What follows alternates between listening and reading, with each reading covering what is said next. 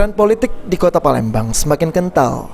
Mulai banyak bermunculan kubu pendukung para peserta politik terkhusus bakal calon presiden yang akan menyemarakan pesta demokrasi pemilihan presiden pada 14 Februari 2024 mendatang di kota Palembang.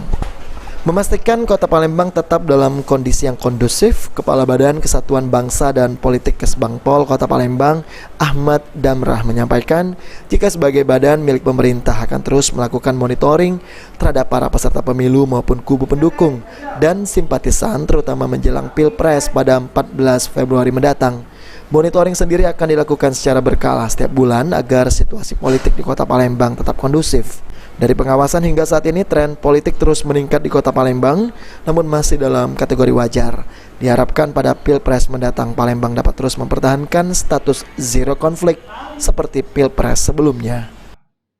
Dari Kesbangpol, pada prinsipnya memonitor, bahkan itu adalah program rutin bulanan yang dilakukan oleh Kesbangpol selaku perpanjangan tangan dari Bapak Wali Kota di dalam hal mengamati situasi politik di kota Palembang ini.